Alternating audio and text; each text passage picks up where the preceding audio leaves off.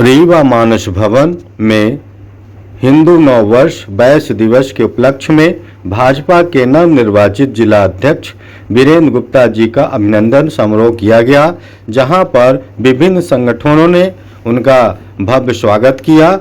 उपरांत यहां उपस्थित सभी उपस्थित लोगों का वीरेंद्र गुप्ता जी ने आभार व्यक्त किया एवं यहां मुख्य रूप से महेंद्र सराफ, अतुल जैन, वीरेंद्र गुप्ता जी, बंसी साहू जी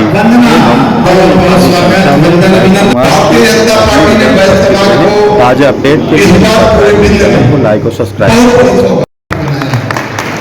सिंगरौली चलते हैं तो हमारे बैस समाज के आदरणीय सुंदर शाह जी को भारतीय जनता पार्टी का जिला अध्यक्ष बनाया। रीवा में आपके सामने मैं स्वयं खड़ा हूं। कट्टी चलते हैं तो हम बैस समाज के कमलेश सुहाने जी को भारतीय जनता पार्टी का जिला अध्यक्ष बनाया गया। उसका परिणाम है कि आज 6 हमारे जिले के अध्यक्ष अगर कोई है तो हमारे बैस समाज के लिए है और हमारा बैस समाज का गौरव। निश्चित तौर पे हम लोगों को एक आदत डालनी चाहिए।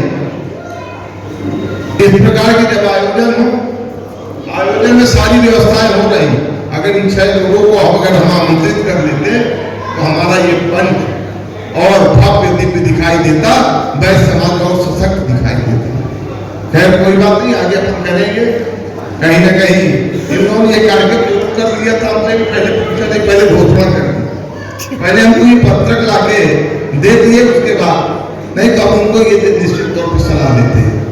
आज इस मंच पे विराजमान है जिनकी आज ही घोषणा हुई है, श्री कृष्ण गुप्ता जी, ये भी अटल मंडल के महामंत्री बने हैं भारतीय जनता पार्टी के। चौरसिया जी, ये भी आज मंडल के हमारे उपाध्यक्ष घोषित हुए। राजकुमार जायसवाल जी बैठे हैं, ये पूर्व से अभी का मंडल घोषित नहीं हुए, पूर्व में हमारे मंडल के महामंत्री रहे। मैं समझता हूँ कि अगर जनप्रतिनिधि दूसरे समाज के ज्यादा है तो आगे आने वाले समय में बैस समाज की जनप्रतिनिधि ज्यादा हो सकती है, लेकिन उसमें हमको आपको कुछ सीखना पड़ेगा, कुछ करना पड़ेगा, क्योंकि उनके पास समय कम होता है। और जिसको सामाजिक जीवन जीना होता है, राजनीतिक जीवन जीना होता है, उससे भी मैं यही कहा करता हूं कि आप समाज के चक्कर में मत पड़ना, लेकिन समाज की सेवा खूब करना। जब मैं महापौर से खाली हुआ था तब आदरणीय उमा शंकर गुप्ता जी ने हमको फोन करके कहा था कि वीरेंद्र जी आप प्रदेश के महासचिव बन जाइए। हमने उनसे हाथ जोड़कर कहा था कि हम जिस बिंद की धरा पे पैदा हुए हैं, ये बिंद की धरा बहुत जातिवादी जगह है।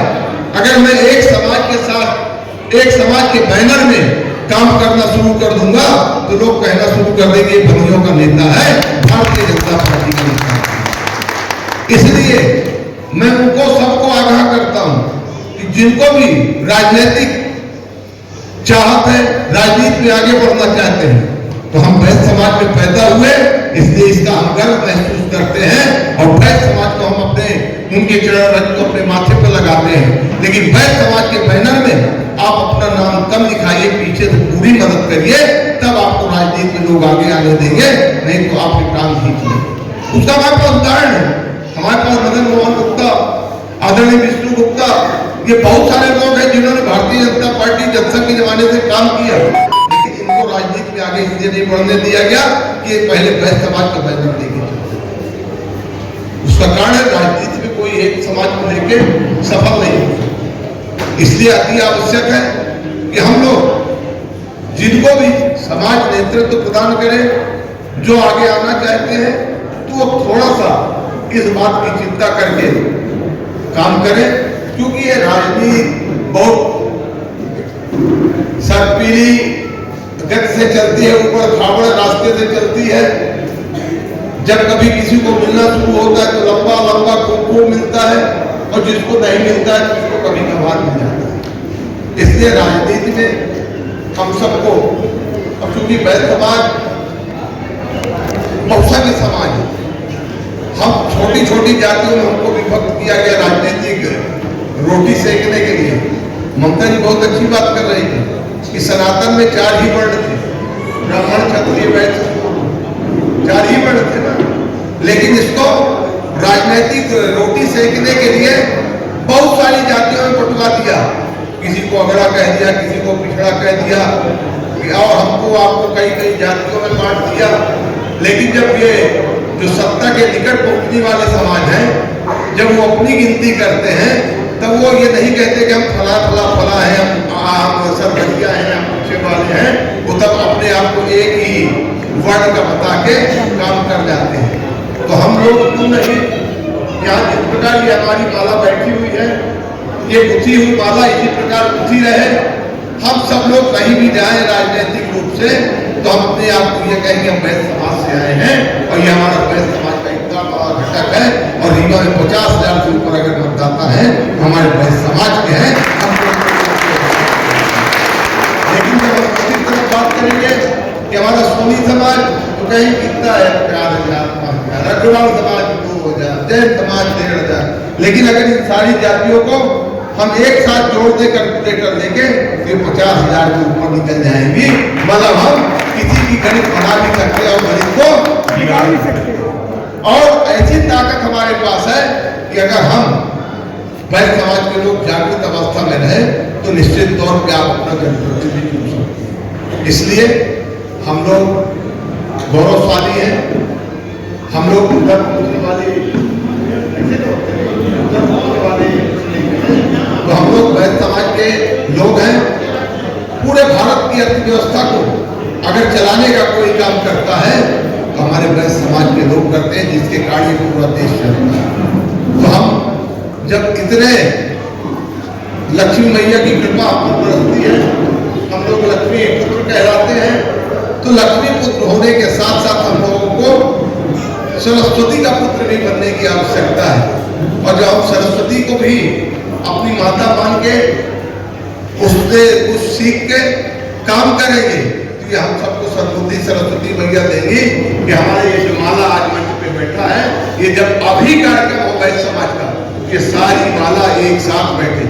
बैनर किसी का हो सकता है, कार्यक्रम अग्रवाल समाज करे, बहोई समाज करे, स्वर्णकार समाज करे, लेकिन जब मंच की शोभा बनानी हो, तो ये सारे अतिथि उसी प्रकार बैठे और मंच में शोभायमान।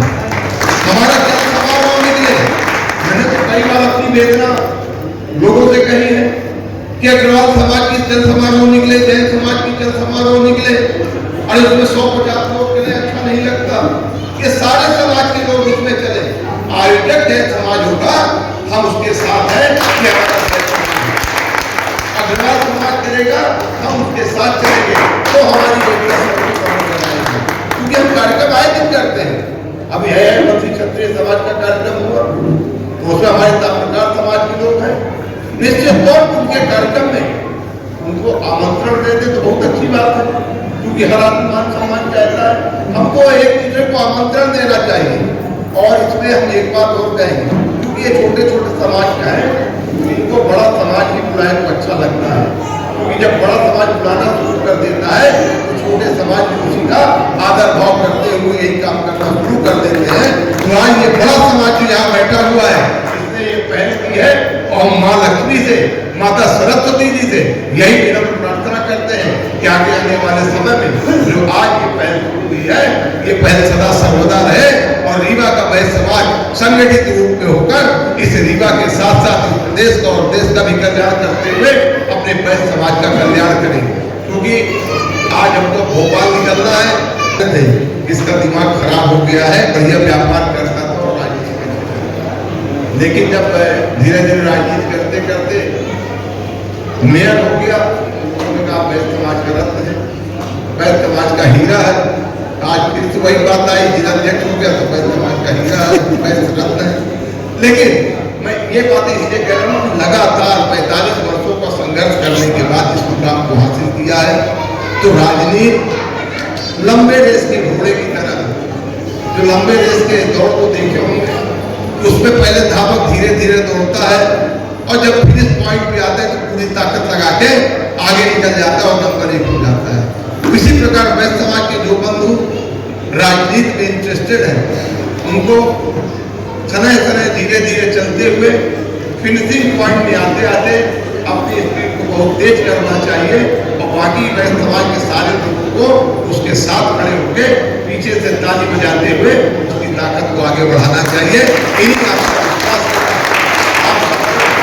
मैं नमन करता हूँ, वंदन करता हूँ और आज के इस सम्मान समारोह के लिए मैं पूरे ये वैश्य समाज के घटक आयोजक मंडल को हृदय से धन्यवाद ज्ञापित करता हूँ